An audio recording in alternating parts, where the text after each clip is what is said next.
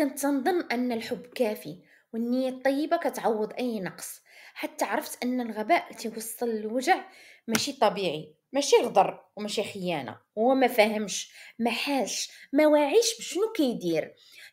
تتكوني تتهضري بدموعك وتيسولك علاش درتي هكا. تطلبي دعم بسيط وهو تعطيك الصمت القاتل. تتكوني باغا كلمة هو تيجاوبك بلوم. وهنا عرفت ان الغباء العاطفي ماشي نقص احساس، هو بلوك في التفكير ديال انا ما درت والو، هذا ما دار والو. كتمرضي حتى تتكوني تتغرقي وهو كيتفرج، هو تيسحب انه ماشي طرف.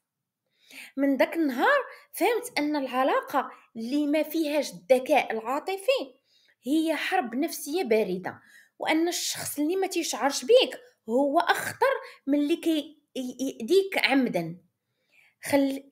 خليته ماشي لأنه ما كيبغينيش، ولكن حيت كان كيبغيني بطريقة غريبة، وهذا الشيء ما كافيش باش نعيش به.